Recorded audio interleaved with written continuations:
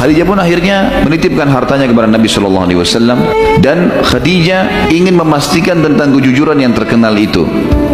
Beliau menitipkan seseorang yang bernama Maisarah, hamba sahayanya beliau, kemudian menitipkan kepada Nabi Shallallahu Alaihi Wasallam. Maisarah selama perjalanan terkagum-kagum dengan Nabi SAW. Di antara yang membuat dia sangat kagum adalah beberapa fenomena alam yang terjadi dan bagaimana akhlaknya Nabi SAW. Perilaku Nabi SAW dengan Maisarah beda sekali dengan perilaku siapapun pada saat itu yang menjadi majikan atau tuan bagi seluruh sahaya. Kebanyakan mereka tuh kasar berkata-kata, suka perintah-perintah sembarangan, kadang-kadang sering dipukul, kadang-kadang marah sedikit nggak diberikan makan, gitu kan. Kemudian kalaupun ada keuntungan, ada segala, tidak pernah ada bagi, tidak ada sesuatu yang dikasih, gitu. Maka berbeda sekali dengan Nabi SAW. Nabi kalau makan, panggil Maisarah makan bersama-sama. Nabi SAW kalau istirahat, panggil Maisarah istirahat di sebelahnya. Nabi SAW mengajak ngomong seperti temannya sendiri. Selalu saja begitu, dari pergi sampai pulang. Perjalanan dari Mekah ke negeri Syam sebulan, gitu kan? Itu pun kalau menggunakan kuda yang tercepat. Kalau orang membawa kafilah dagangan lambat, bisa 2 bulan perjalanan. Jadi selama 2 bulan perjalanan, Nabi SAW selalu bermuamalah yang baik dengan dia. Pulang juga begitu. Kemudian fenomena alam yang terjadi adalah sepanjang jalan dia kaget melihat semuanya. Ya, kafilah-kafilah di depan ada kelihatan, di sana kelompok kafilah sekian puluh ekor unta, di sana lagi kafilah banyak padang pasir yang sangat luas. Tapi kafilah Nabi SAW ini yang kebetulan itu cuma Nabi sendiri yang jaga beberapa ekor unta dengan Maisarah. Itu dinaungi oleh awan, tidak panas, padahal lagi terik sekali matahari. Kok bisa awan ini cuma ada di atas kafilah Nabi SAW? Itu Maisarah saksikan sendiri. Pada saat itu lagi terjadi dan sudah sampai di negeri Syam. Kalau teman-teman masih ingat kisah Bahira, ya, pendeta yang pada saat melihat tanda kenabian Nabi SAW di umur 12 tahun itu, subhanallah, dengan hikmah Allah, Nabi SAW pada saat itu umurnya sudah sekitar 24 tahun SAW, itu lewat di depan gereja yang sama, gereja yang dulu dimiliki oleh Bahira, tapi Bahira sudah meninggal dunia. Dan banyak murid-muridnya Bahira situ, pendeta-pendeta yang lain yang sudah memang terbina oleh Bahira ini.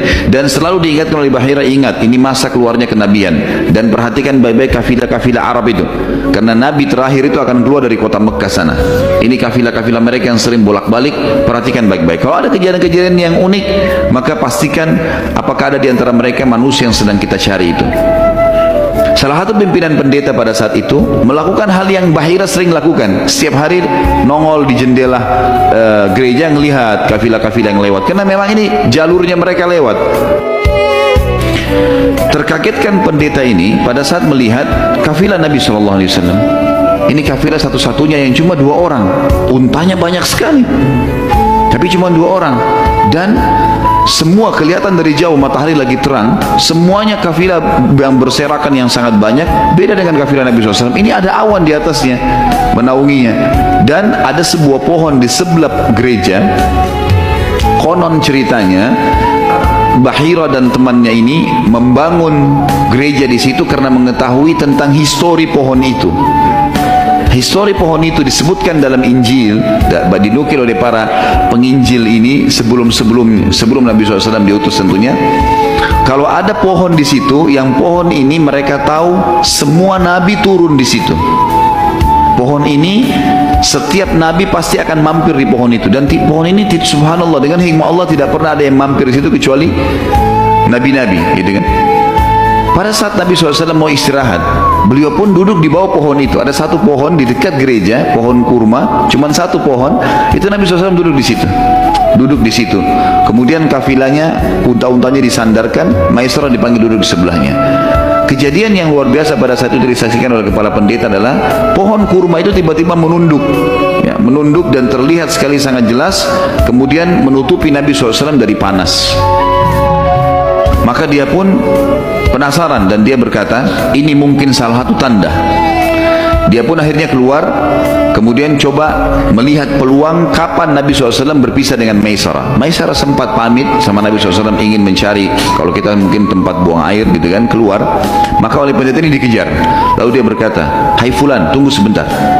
Berhentilah Maisarah. Ditanya, kalian dari mana? Dari Mekah.